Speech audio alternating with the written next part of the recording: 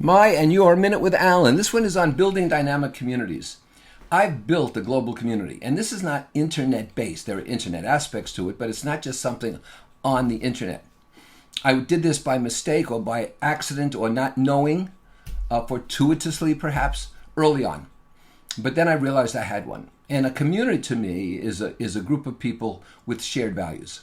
It's inclusive in that it allows for people with varying points of view to belong together and to argue rationally and reasonably if they disagree, because the basic values are the same. I don't like tribes. Seth Godin talks about tribes, and I respect Seth. He's a brilliant guy. But tribes to me are exclusionary.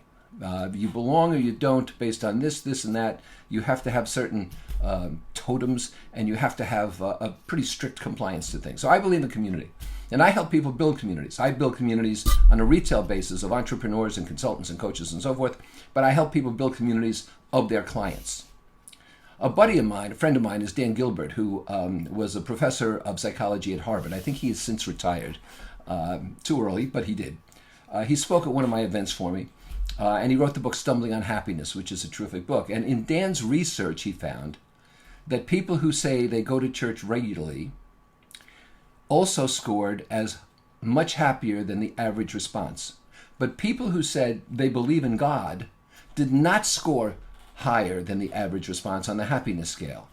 And his conjecture is that it wasn't so much God, but it was the feeling of being in a community at church where you saw the same people, you had kindred spirits, you shared certain things that made people happier. Now I said to him, over scotch in Cambridge, what if it's the reverse? And people who are naturally happier just tend to join communities.